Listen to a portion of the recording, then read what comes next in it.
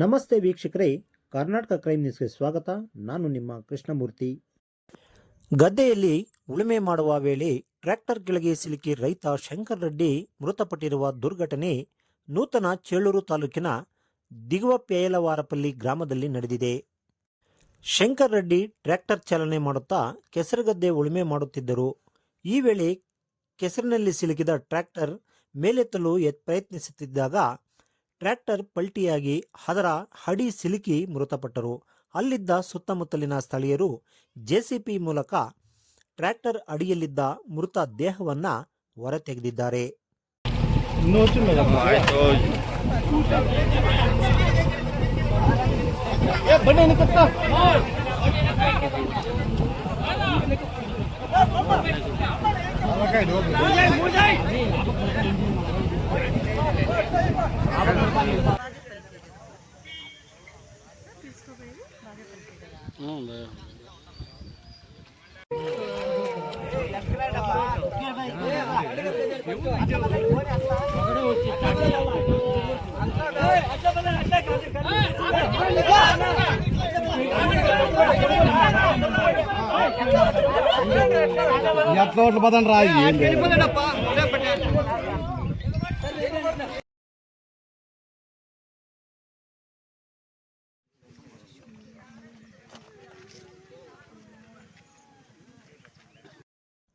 ಘಟನಾ ಸ್ಥಳದಲ್ಲಿ ಮೃತನ ಕುಟುಂಬಸ್ಥರ ಆಕ್ರಂದನ ಮುಗಿಲು ಮುಟ್ಟಿದೆ.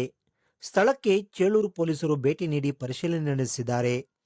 ಮೃತ ದೇಹವನ್ನ ಮರಣೋತ್ತರ ಪರೀಕ್ಷೆಗೆ ಸಾರ್ವಜನಿಕ ಆಸ್ಪತ್ರೆಗೆ ರವಾನಿಸಿದ್ದು ಚೇಳೂರು ಪೊಲೀಸ್ ಠಾಣೆಯಲ್ಲಿ ಪ್ರಕರಣ ದಾಖಲಾಗಿದೆ.